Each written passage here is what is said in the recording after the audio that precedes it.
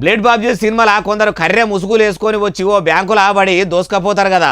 అగో అట్లనే ఒక్కరు కాదు ఇద్దరు కాదు ఏకంగా 30 మంది మూతులు ముక్కులు గండ్లబడకుండా కర్రె ముసుగులు వేసుకొని వచ్చి చూస్తున్నంత సేపట్లో ఓ బంగారం దుకాణం మొత్తం లూటీ చేసి అవి తలబడ్డారట.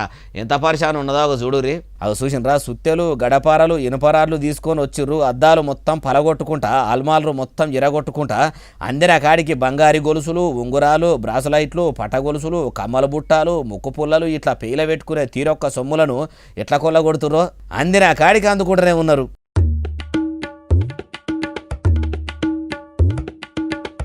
మరి ఎన్ని దినాల సంధి ప్లాన్ చేసిండ్రో ఎన్ని మ్యాపులు గీసిండ్రో ఎన్ని ఎత్తులకు పై ఎత్తులు వేసిండ్రో కానీ మొత్తానికి బంగారం షాపుల పడి చూస్తున్నంత సేపట్ల 30 మంది దొంగలు బంగారం షాపును షాపుల మార్కెట్ చేసిపోయిర్రు.